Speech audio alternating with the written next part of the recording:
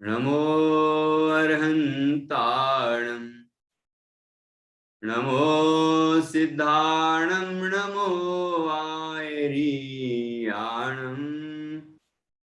नमो अध्यायाणं नमो लोये सव्यसाहुणम् ऐसो पंच नमो यारो तव पावपणासिनो मंगलाणं च सव्येसिं परमं होहि मंगलम् चत्तारि मंगलम् अर्हन्ता मंगलम् सिद्धा मंगलम् साहु मंगलम् केवलीपन्नतो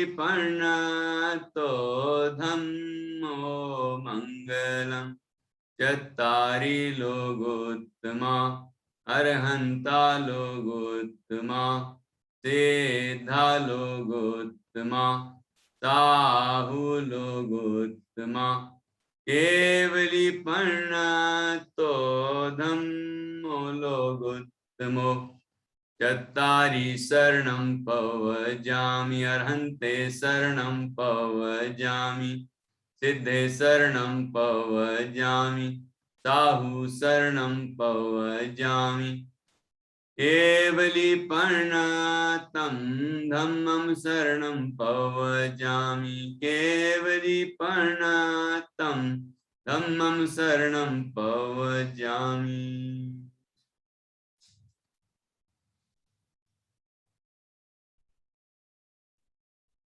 गीत कुसुम बाल वर्ग 1 2 कविताएं हमने इसमें से सीखी हैं और उसको समझा है। तो मैं कुछ प्रश्न करूंगा आपसे, कविताएं भी सुनूंगा।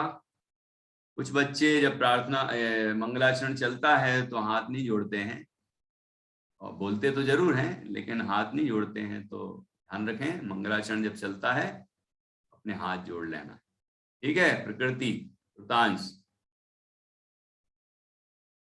ओके। तो अब प्रार्थना कौन सुनाएंगे? प्रार्थना प्रकृति सुनाएंगे। हे वीतराग सर्वज्ञ देव, हम वंदन नित तुमको करते, भय लालच व स्वार्थी भाव तज प्रभु भक्ति में नित रमते।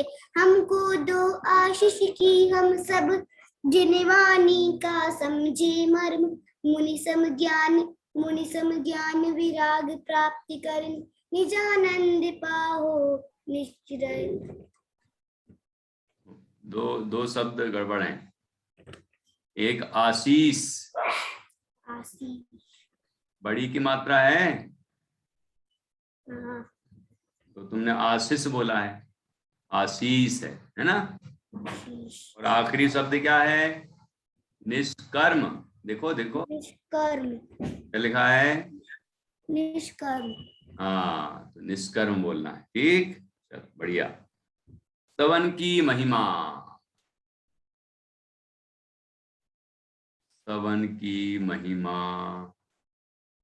सुनते हैं अपन जान्या से। अरहंतादिक का गुणगान, उसे कहा स्तवम महान, पाप मुक्ति दे पुण्य महान, पहुंचाता है सिरपुरथान।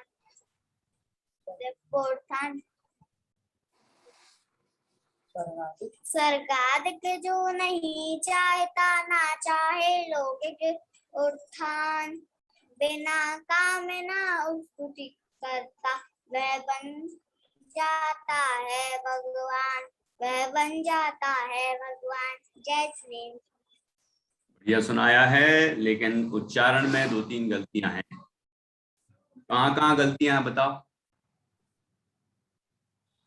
चलो मैं दूसरे बच्चों से पूछता। जान्या ने उच्चारण करने में कहाँ गलतियां की हैं? नित्या बताएगी। उत्थान बोला था, उत्थान है। उत्थान, उत्थान है ना। और बताओ। स्तवन, स्तवन है, स्तवन। और अरहंत आदि का गुणगान उसे कहा स्तवन महान। स्तवन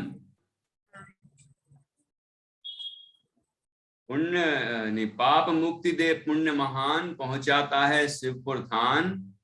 स्वर्गादिक जो नहीं चाहता, ना चाहे लौकिक उत्थान, बिना स्तुति करता वह बन जाता है भगवान। ठीक है, अब बोल के बताओ जान्या फिर से, मैं देखूंगी तुमने कितना। आदित्य का गुणगान उसे कहा स्तवन महान। स्तवन, स्तवन स्तवम नहीं, स्तवन न। स्तवन महान, पाप मुक्ति दे पुण्य महान, पहुंचाता है शिवपुर थान।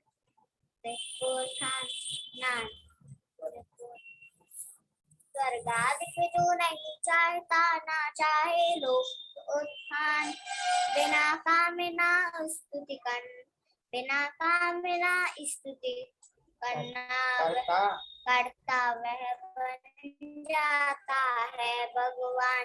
वह बन जाता है भगवान। कैसे? हाँ, उस भैया जी आप सही बोलिए। हाँ सही कर दी। उस तब स्तुति है, स्तुति बोल रही थी तो स्तुति सही कर दिया, मम्मी ने तुम्हारी वहां से बोला होगा, है ना। तो स्तुति सही कर दिया और उत्थान तो ठीक कर ही दिया है। नित्या की बात ही मान ली तुमने, लेकिन मेरी बात नहीं मानी। तो तुमने स्तवम बोला, स्तवम न, स्तवन टाइम में लिखा है ना स्तवन। हाँ तो सही बोलना है इस बार। अब और प्रैक्टिस कर लेना। बहुत अच्छा। चलिए जान्या जी ने बहुत अच्छा सुनाया। अब आगे बढ़ते हैं तो कुछ प्रश्न किए जाएंगे, ध्यान से सुनना है। ठीक है सिया जी? हाँ चलो, प्रश्न है भगवान स्तवन किसे कहते हैं? स्तवन या स्तुति किसे कहते हैं? बोलो कौन बताएगा? सब कविता में ही लिखा हुआ है, वो उसी के आधार से पूछ रहा हूं। चलो कौन बता रहा है स्तवन किसे कहते हैं या स्तुति किसे कहते हैं? सानवी देवल्स बोलो। भगवान की स्तुति करने को। भगवान की स्तुति करने को स्तवन कहते हैं, ऐसा सानवी ने बताया। और कोई? हाँ बताओ भाई। जान्या बता रही। चलो देखते हैं। भैया जी उसी के नीचे लाइन में आया है, पाप मुक्ति दे पुण्य महान। वो तो फल हो गया। स्तवन करने से क्या लाभ होता है? अभी स्तवन किसे कहते हैं? मोक्ष की प्राप्ति। नहीं, वो भी फल है। चलो सुल्तान बाबू बताइए।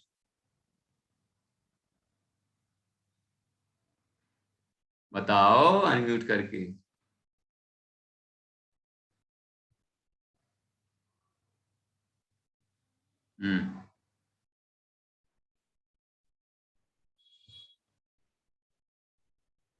चलो बताओ।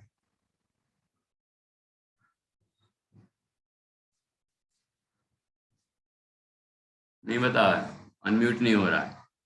अरहंत आदि का स्तवन कहलाता है वो। देखो पहली पंक्ति में लिखा है अरहंत आदि का गुणगान उसे कहा स्तवन महान। कि अरहंत आदि का गुणगान करना स्तवन कहलाता है। क्यों प्रकृति लिखा है कि नहीं? ध्यान से सुनेंगे तो आ जाएगा, याद रखना। अरहंत आदि का गुणगान करना स्तुति कहलाता है या स्तवन कहलाता है। एक अब अरहंत आदिक, आदिक में क्या लेना? अर्हंतादिक लिखा है ना, तो अर्हंतादिक में क्या समझना? चलो मैत्री बता रही हैं। अर्हंत सिद्ध आचार्य उपाध्याय साधु जिन धर्म जिन मंदिर जिन वाणी जिन सपना। हाँ, ये सभी आ जाएंगे तो ठीक। अर्हंत आदिक में तो परमेष्टि आते हैं, ठीक है, और साथ में अन्य 4 चीजें और आ जाती हैं, तो ये 9 देव हो जाते हैं। जिन प्रतिमा जिन धर्म ये भी शामिल हो सकते हैं। तो अर्हंत आदिक का गुणगान से कहा स्तवन महान। अब की हाँ सुनाओ।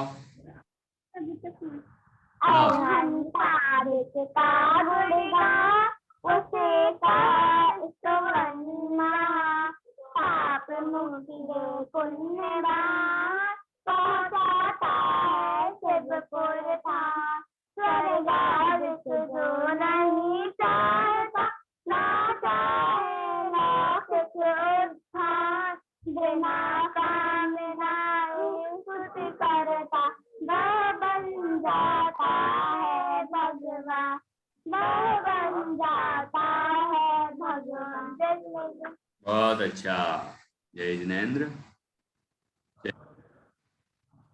इस तरह आप लोगों ने भी बहुत अच्छा सुनाया, प्रश्नों के उत्तर भी दिए। अब ये बताओ कि स्तवन करने से क्या मिलता है? क्या क्या मिलता है स्तवन करने से, स्तुति करने से क्या क्या मिलता है? हाँ, सिया बता रही है। मोक्ष प्राप्ति। मोक्ष की प्राप्ति होती है, बहुत अच्छा।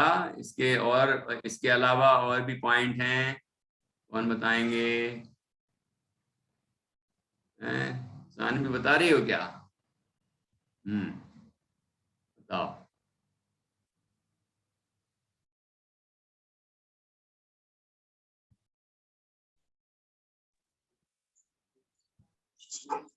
तुमने पुण्य करे, आप मुक्ति दे, पुण्य महान। और पहुंचाता है शिवपुर थान। और नहीं पता। तो इतना ही तो है।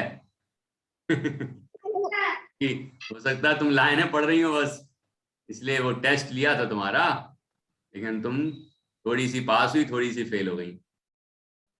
फेल इसलिए कि तुमने ये कहा नहीं पता। कहना ये चाहिए था कि यहीं तक है, बस 3 बातें होंगी, है ना। स्तवन करने से 3 फायदे होंगे।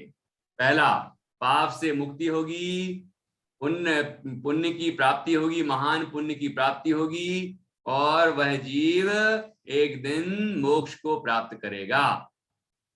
3 पॉइंट हो गए ना। पाप मुक्ति देश, पुण्य महान, पहुंचाता है शिवपुर थान। ठीक है, ठीक है सिया जी। हाँ, अब अगला प्रश्न ध्यान से सुनना। भगवान जिनेंद्र का भक्त भगवान से क्या नहीं चाहता?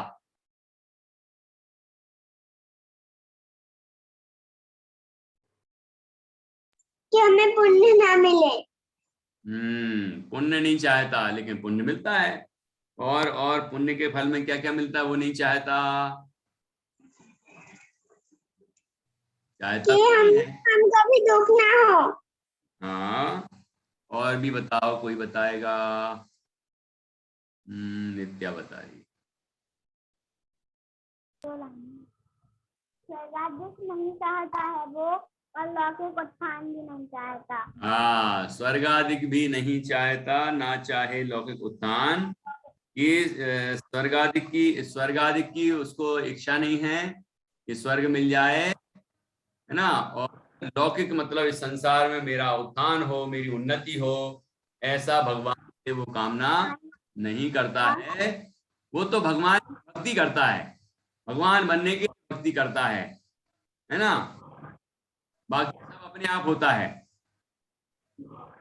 पाप नष्ट होता है और उसको स्वर्ग आदि की प्राप्ति होती है ना, और उसका लौकिक उत्थान होता है, उन्नति होती है, ये सब होता है, होगा जरूर, लेकिन ऐसा वो चाहता नहीं है, कामना नहीं करता। कौन भगवान का बिना कामना स्तुति करता वह बन जाता है भगवान। जो कुछ कामना नहीं करता है भगवान से, है ना, और भगवान की भक्ति करता है, वो एक दिन स्वयं भगवान बन जाता है। ठीक है ना, सही है। चलो, इस तरह से ये हो गया 2 कविताएं। अब तीसरी सुनेंगे, अष्ट प्रातिहार्य। अष्ट याद हो गए थे, समौषध में अष्ट मंगल द्रव्य होते हैं, अष्ट प्रातिहार्य होते हैं। तो अष्ट मंगल द्रव्य कौन सुनाएगा? द्रव्य किसको याद रह गए? हाँ, बोलो नित्या, बोलो। एक बता दीजिए आप। अच्छा, दर्पण, दर्पण, दर्पण, दर्पण कलश, राज, खाना, सत्यजम, झाड़ी, बीजना, ये सब है अष्टमंगल जिन प्रतिमा भव। बढ़िया बढ़िया, और प्रकृति को भी आते हैं, बोलो। दर्पण, कलश, ध्वजा और ठोना, छत्र, चवन, झारी, बीजना, ये सब है अष्टमंगल द्रव्य जिन प्रतिमा संदिग्ते भव। हाँ, बहुत बढ़िया। अब मुझे इसलिए पता है कि तुम्हें याद हो गई होगा कि तुम्हारी मम्मी को बहुत पसंद आई थी अष्टमंगल द्रव्य, और तुमने भी कई बार सुनाया है। अब अष्ट प्रातिहार्य आने वाले हैं। अष्ट प्रातिहार्य तो आपने कहीं पढ़े हैं? मैंने पढ़ाए थे, कहाँ पढ़े हैं बताओ? शिशु वर्ग वालों को नहीं पता होगा, लेकिन जो जिनने भक्तामर स्तोत्र पढ़ा है उनको जरूर पता होगा। भक्तामर स्तोत्र पढ़ने वालों को, जैसे कि जान्या, नित्या, मैत्री और सानवी, आरोही, उनको पता। सिंहासन, चमर, छत्र, भैयाजी थोड़ी थोड़ी भूल गई हूँ। तो 3 छत्र हो गए ना, तुम 3 बोल रही हो तो छत्र बोल दिया तो 3 छत्र हो गए ना। आगे आगे चलो, ठीक है, अब दूसरे से पूछते हैं। और कौन बताना चाह रहे हैं? चलो, नित्या और मैत्री बता रहे हैं, बोलो। सिंहासन, 3 छत्र, भावंडल, सबर, पुष्पवृष्टि, दुंदुभी, दिव्यध्वनि। बहुत अच्छा। प्रातिहार्य हमने भक्तामर स्तोत्र में सीखे हैं और इनके बारे में समझा है कि कैसे होते हैं अष्ट प्रातिहार्य। इनका सारा वर्णन भक्तामर स्तोत्र के 28वें काव्य से लेकर 35वें काव्य तक इन 8 छंदों में, 8 काव्यों में आया है। ठीक है, तो उन्हीं के नाम वाली ये कविता है। सुनना ध्यान से, पढ़ना भी सीखना है। तरु अशोक तल सिंहासन पर, 3 छत्र संग जिनवर शोभे, भामंडल दुति चंवर ढुरे जहां, पुष्प वृष्टि दुंदुभि मन मोहे, सब भाषा में दिव्य ध्वनि ही, भवि जीवों को शिव मग खोले, 8 प्रातिहार्य उत प्रभु को समव शरण में, लख भवि डोले। फिर से पढ़ना आया? इसमें कौन कौन से कठिन शब्द हैं? वैसे तो समझदार बच्चे हैं उनके लिए तो सब सरल है। तरु अशोक, तरु अशोक, तरु अर्थात वृक्ष, ये वृक्ष का पर्यायवाची है। तरु अशोक तल, तल उसके तल में, अशोक वृक्ष के तल में सिंहासन के ऊपर 3 छत्र के साथ जिनेंद्र भगवान सुशोभित होते हैं। और भामंडल, भामंडल गोल गोल होता है पीछे, सिर के पीछे। भामंडल द्युति, द्युति मतलब उसकी कांति। चवर, चवर ढुरे जहां ना, चवर 32 चवर दोनों तरफ ढुरते हैं, तो 64 चवर ढुरते हैं। और पुष्प वृष्टि होती है, फूलों की वर्षा होती है। वो देवोपनीत पुष्प होते हैं, जो मंदार, सुंदर, नमेरु आदि जो कल्प वृक्ष होते हैं उनसे वो आते हैं, देवोपनीत हैं, दिव्य हैं, प्रासुक होते हैं, वो उसमें जीव नहीं होते, ठीक है ना। तो ऐसे पुष्पों की वर्षा होती है समोषण में। तो पुष्प वृष्टि, और क्या होता है, दुंदुभी बजती है, दुंदुभी नगाड़े, है ना, दुंदुभी बजती है। तो उससे मन मोहे, मन मोहे, ये मन को मोहते हैं ये सब, अरे आकर्षक लगते हैं, अच्छे लगते हैं, ठीक है। फिर क्या होता है, और वहां कितने हो गए, अशोक वृक्ष, सिंहासन, 3 छत्र, भामंडल, चवर, पुष्प वृष्टि, दुंदुभी, 7 हुए, एक रह गया। तो नीचे लिखा है सब भाषा में दिव्य ध्वनि ही भवि जीवों को शिवमग खोले। समस्त भाषा में जो दिव्य ध्वनि होती है, वो 8वां प्रात्याहार्य है भगवान का, ठीक है, तीर्थंकर का दिव्य ध्वनि, वो सभी भाषाओं में होती है, सभी भाषाओं में रूपांतरित हो जाती है भगवान की वाणी अपने आप। और उस वाणी को सुनकर भव्य जीव मोक्ष मार्ग को प्राप्त होते हैं, सम्यक दर्शनादि प्राप्त करते हैं और उससे मोक्ष की प्राप्ति करते हैं। तो भवि जीवों को शिवमग खोले, भगवान जिनेंद्र की दिव्य ध्वनि सभी भाषाओं में होती है और भव्य जीवों के लिए मोक्ष का मार्ग खोल देती है, ठीक है ना। तो 8 हो गए ना टोटल, 8। तो 8 प्रातिहार्य युक्त प्रभु को, ऐसे 8 प्रातिहार्य मतलब अतिशयकारी जो चीज हैं, जो पुण्य के फल में उत्पन्न होती हैं और अरहंतों को ही होती हैं, ऐसा पुण्य अरहंतों के ही फलता है। ऐसे 8 प्रातिहार्य युक्त प्रभु को समो शरण में लख भवि डोलें। ये कहा कि समो शरण के अंदर 8 प्रातिहार्यों से संपन्न जिनेंद्र भगवान को देखकर भव्य जीव डोलने लग जाते हैं, बड़े प्रसन्न हो जाते हैं।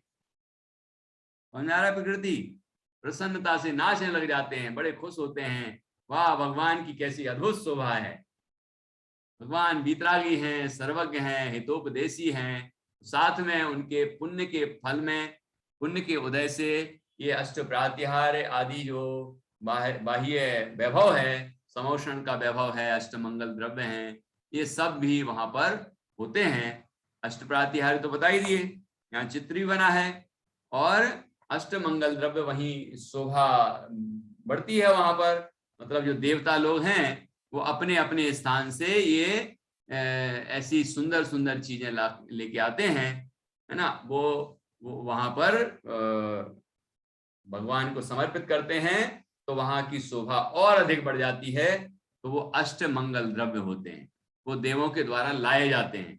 और 8 प्रातिहार्य होते हैं,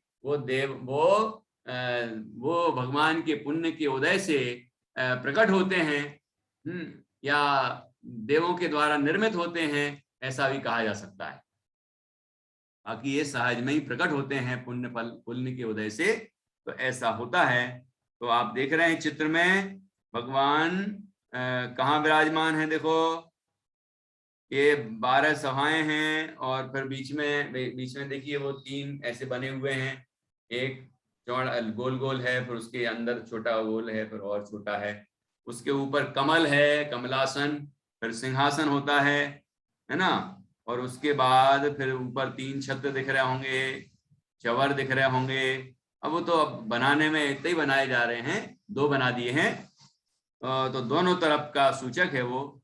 और पुष्प की वर्षा हो रही है, देख लीजिए, हो रही है ना शीतल। और ये दुंदुबी कहीं दिख नहीं रही है ऐसे, लेकिन दुंदुबी बाजे बजते हैं, भगवान की दिव्य ध्वनि तो हो ही रही है।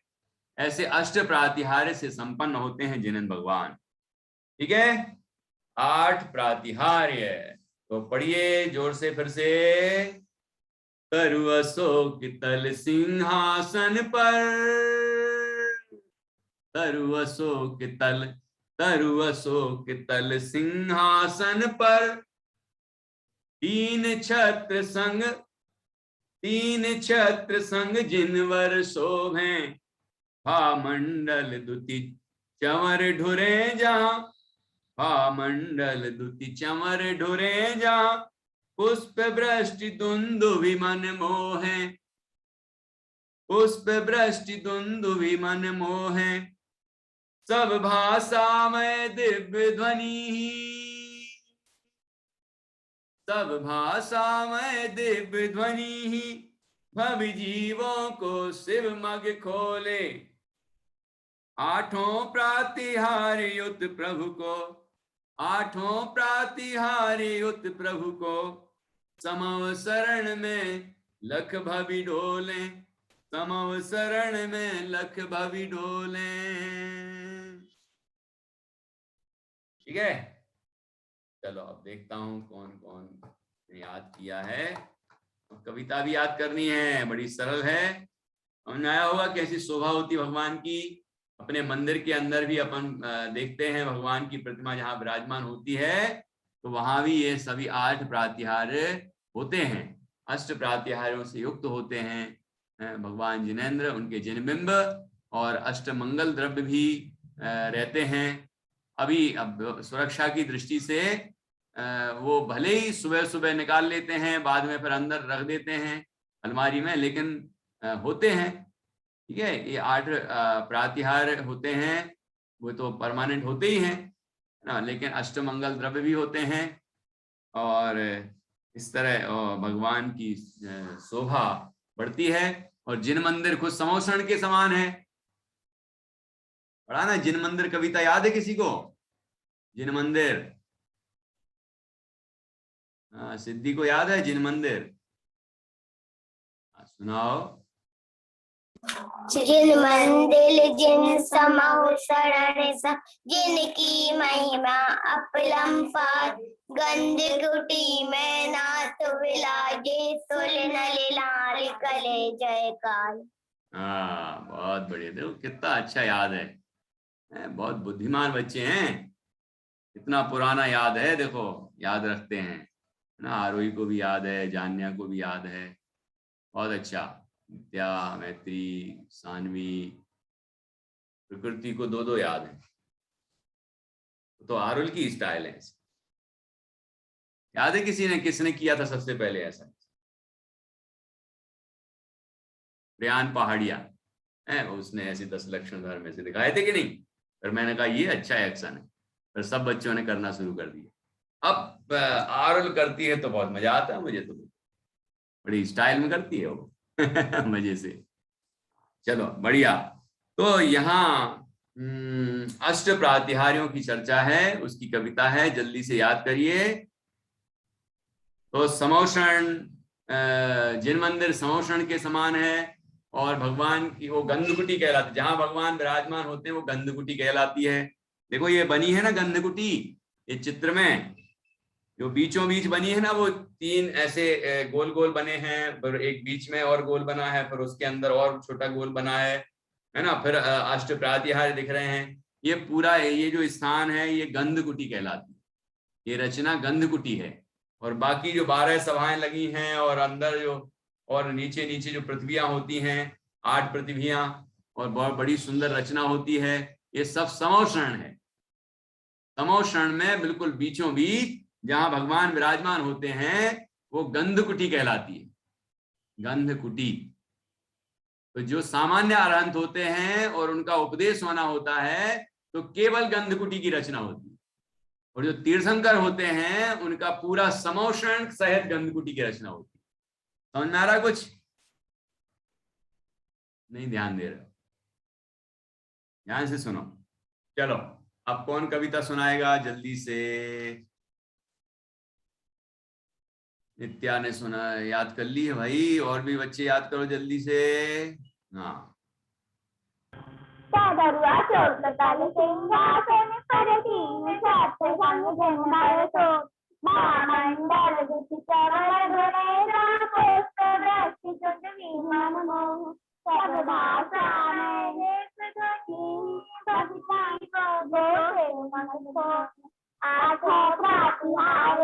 प्रभु को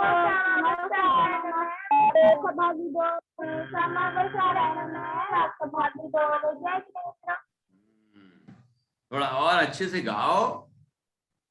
तरु अशोक तल सिंहासन पर, अशोक तल सिंहासन पर तीन छत्र युत, तीन छत्र संग जिनवर शोभे भामंडल,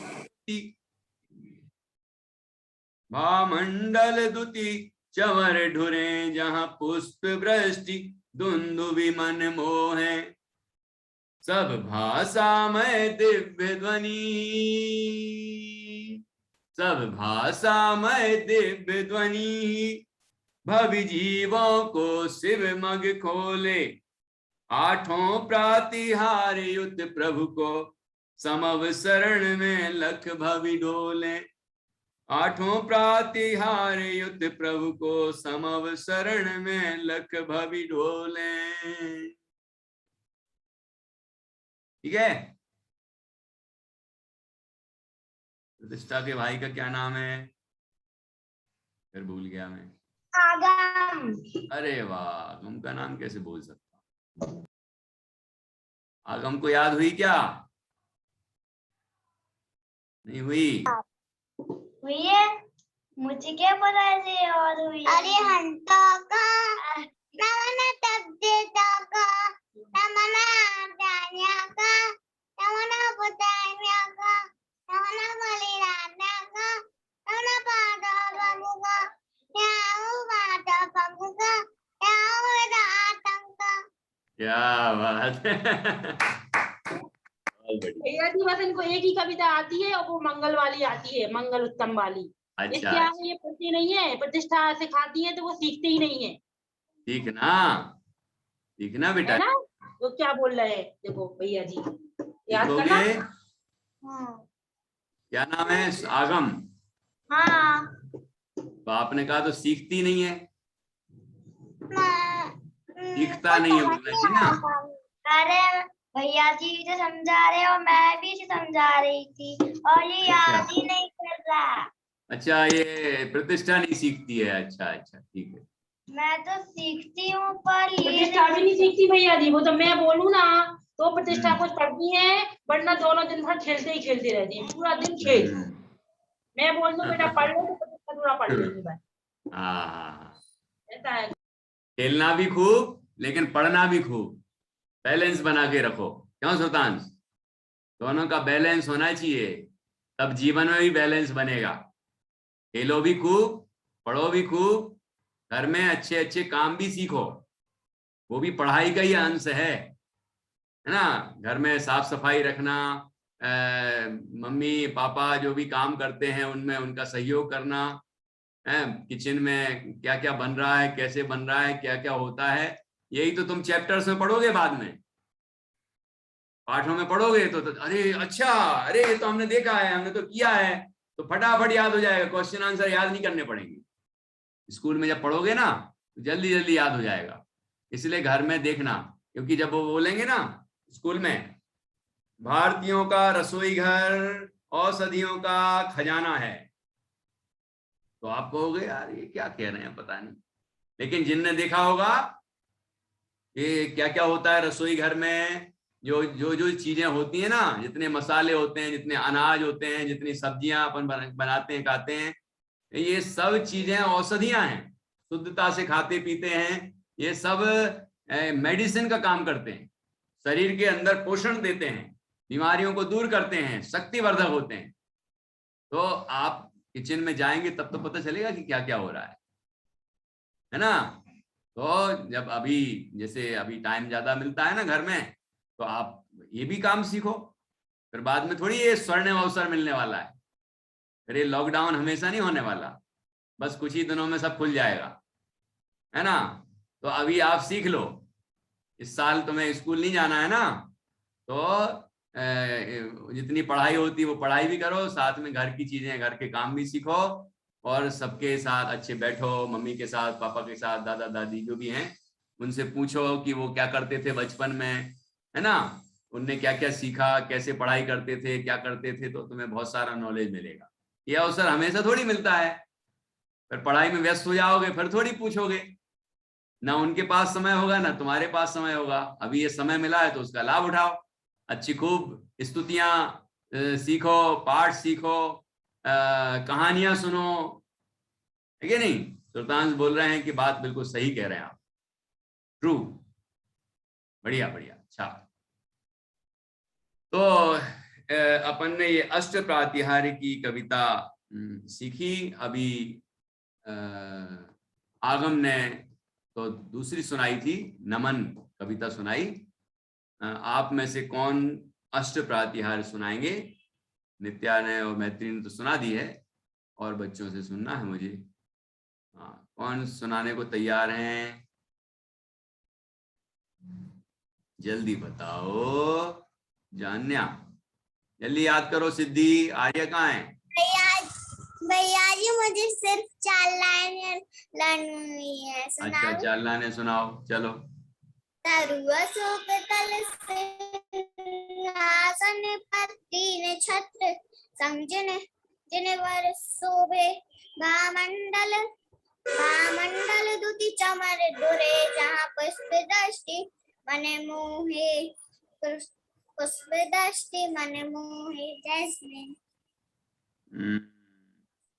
पुष्प वृष्टि दुंदुभि मन मोहे। दुंदुभि, हाँ ठीक है जी। और कोई नया पुरुषार्थी बालक कोई है क्या? पुरुषार्थी सह तो था, लेकिन पुरुषार्थी बालक है कि नहीं कोई? देखना है मुझे जो ये कविता अच्छे से सुनाएगा। हाँ चलो, देखो आर्या आते ही वो शुरू हो गई। तो पूछ रहा था आर्या कहाँ गई? हाँ बोलो आर्या, दोनों बोलो, चलो। तरुक तल सिंहासन पर तीन छत्र संग जिनवर शोभे भामंडल दुति चवर दुरे जहाँ पुष्प दृष्टि तुम की मन मोह सब भाषा में दिव्य ध्वनि भवि जीवों को सिर मग खोल आठों प्रातिहार्य प्रभु को समव शरण में लख भव डोले। समव शरण में भव। हाँ, और अच्छे से याद करना है, उच्चारण भी ठीक करना है, ठीक है। चलो बढ़िया। अब और कोई है? प्रकृति आजकल क्या बात है, तुम पीछे कैसे रह सकती हो? हाँ, जल्दी याद करो फटाफट। आज का समय हो चुका है, तो अब अपन फिर मंडे को मिलेंगे, इसी कविता के आगे बढ़ेंगे। अब देव दर्शन कविता आने वाली है, देव दर्शन। तो 3 कविताएं अच्छे से सीखिए, फिर उसके बाद की आगे की सिखाएंगे, ठीक है। चलिए।